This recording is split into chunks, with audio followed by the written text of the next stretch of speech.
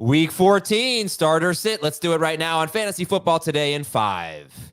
What's up, everybody? Good morning. Welcome to Week 14. It's time to set your lineups, and we've got some updates for you on the weather. And actually, it's a crazy morning, actually, with all the players who are expected to play and expected to miss it. I'm Adam Azer with Heath Cummings. What about the weather? Are we dodging a bullet here, it seems, with weather? I think there are two games that we still have legitimate concern about. The games in the Midwest seem to be fine. The games on the East Coast are still a concern. So Houston at the Jets.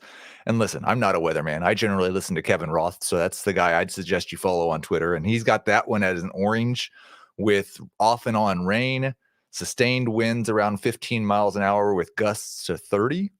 And then the Rams at Baltimore. I think the same system with a little bit less wind, maybe a little bit more rain. Yeah, and Kevin also, as of now, expects the Giants game on Monday night to not be a problem. So hopefully all that rain is out by Monday night. But it is going to be a wet Sunday in New York and on the East Coast for sure. All right, with that said, we got a lot here. First of all, Clyde Edwards-Helaire stepping up here. He's only rostered about 56% of leagues, I think, and there's a possibility that Pacheco does go on IR. It was not ruled out, so keep that in mind, even if you don't want to start him this week. Worth a stash. McKinnon being picked up too. But what do you think about, with Pacheco out for this game against Buffalo, what do you think about the Chiefs running backs? There's a huge blob of running backs. The Bears running backs are in there. Chuba Hubbard is in there. The Vikings running backs are in there. I think the Texans running backs are at the back of the group. The Ravens running backs are in there. I think those guys are almost indistinguishable. There's certainly neither of the Chiefs running backs I would rank as must-start running backs. They're both between RB 25 and 35, depending on the format for me. And full PPR, Clyde and McKinnon both as high-end flexes in that RB 25 to 30 range. I think what I've seen in terms of reaction is a lot more people seem more excited about adding McKinnon than they do Clyde. I would expect Clyde's going to have more touches. McKinnon's probably more likely to score a touchdown and is definitely going to catch more passes.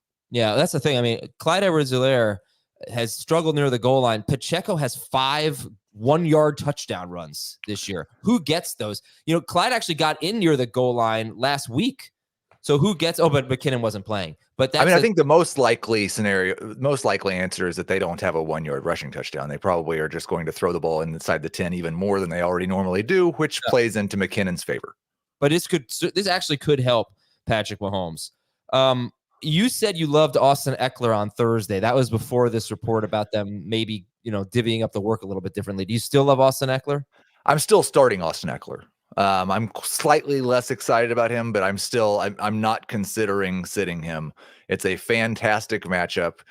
I don't think that Joshua Kelly or Isaiah Spiller is actually better as a rusher than Eckler. I'm hopeful that maybe they take him off the field on obvious running downs a little bit and give him more targets, but I'm starting him. Would you start Kyren Williams over Eckler? I would not. I think the matchup for Williams is pretty awful. All right. Aaron Jones is questionable. Are you expecting him to play Monday night? And what does that mean for Jones? Yeah, we're having this debate in our chat right now. We've not decided whether to rank Aaron Jones. I voted no. Jamie voted yes. So depending on what Dave says, will determine whether I say that I'm expecting Aaron Jones to play. As of right now, I would like to not start either one of those running backs. I certainly don't want to hold out hope for Aaron Jones. We've seen him come back from an injury when he was questionable all week and touch the ball 3 or 4 times. We should have no confidence at all that he's going to have a big role. This makes Dillon less appealing as a low-end number 2 running back. And I think what I'm going to do when we get off this call is probably move Dillon behind McKinnon and Clyde. Okay. When we get off this call, I like that. Yes. I didn't know these shows felt so boring to you. Anyway, what do you mean? It's a call. It's a work call. Yeah, we're zooming. Both. I know we have a lot to get to. It's going to be a little bit longer than 5 minutes, so I apologize, everybody. But both Seattle running backs are expected to play against the 49ers. Are you starting any Seahawks? Because it looks there's a 50% chance it's Drew Lock at quarterback. Yeah, I've got Walker ranked as the best running back, definitely in the blob with the Chiefs running backs. I'd probably start Walker over those Chiefs running backs. But in that 25 to 30 range, but Charbonnet more at the end of the running back blob in the RB 36 range. And DK Metcalf is still a borderline number 2 wide receiver for me. Even if Locke plays? I don't think we're probably going to know that before we have to make our lineup decisions, but yes. Well, No, but you could have Romeo Dobbs or Jaden Reed, and I'm not. I might. Jaden Reed is also a borderline number 2, so I might start Reed over him if I'm not dropping down to Dobbs if Luck plays. All right, quarterback. Brees Hall is expected to play. Heath has him top 12 or right around there. Jamie and Dave are a little bit lower on Brees Hall. Derek Carr is going to play. Chris Olave is going to play through an illness. Taysom Hill is out. Rashid Shaheed is out. Do you like anyone other than Kamara on the Saints offense, including Olave, who's got this illness, the flu he's dealing with? I'm going to start Olave. He's playing. He's a number 2 wide receiver for me, a top 24 guy for sure, probably top 20. I think Juwan Johnson's interesting as a streamer in that Tyler Conklin, Gerald Everett range, not as somebody that you want to start over a guy you've been starting. Trevor Lawrence, what do you think he's going to play? It seems so right now. How much faith are you going to have in the Jaguars passing game? Lawrence is going to be ranked as a number 2 quarterback for me. I'm probably not going to play him over Gardner Minshew. I think there's enough risk there and maybe not enough upside there. And so put him in the QB 15-ish range, right next to Baker Mayfield. Good luck making that decision. I feel a little more confident now in Evan Ingram as kind of a must-start tight end.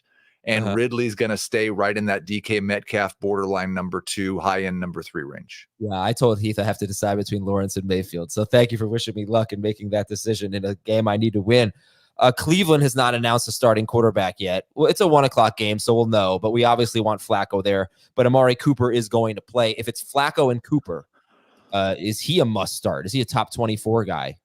I've got him right around 30. So I would not call him a must start guy. I don't think Joe Flacco was actually good throwing the ball last week. So while I do think he would be the best option to play quarterback, he still has that connection with Elijah Moore, and they're still going to throw the ball to David Njoku a lot. So he's a number 3 wide receiver. Cooper is for me. Christian Watson is out. You already heard Heath talk about the Packers wide receivers. And then 3 tight end notes. Dallas Goedert is playing. Dalton Schultz is out. And Dawson Knox, is in. So did you downgrade Kincaid? I'm going to move him. This is probably a situation where I might go Ingram over Kincaid now, but Kincaid's still going to be a must start top 12 guy. All right. Yeah, sorry, we will not be answering questions this morning. This was our longest one yet. We had a lot of news to get to, but thank you for watching and listening. Good luck, everybody. If you want your question answered, hey, don't worry about it. 11:30 a.m. Eastern. Come back to youtube.com/fantasyfootball today. That's the only place you can find our live stream. We have a lot to discuss. youtube.com/fantasyfootball today from 11:30 a.m. right up until kickoff Eastern. And we'll talk to you then. Thanks to Heath. I'm Adam. See you, everybody.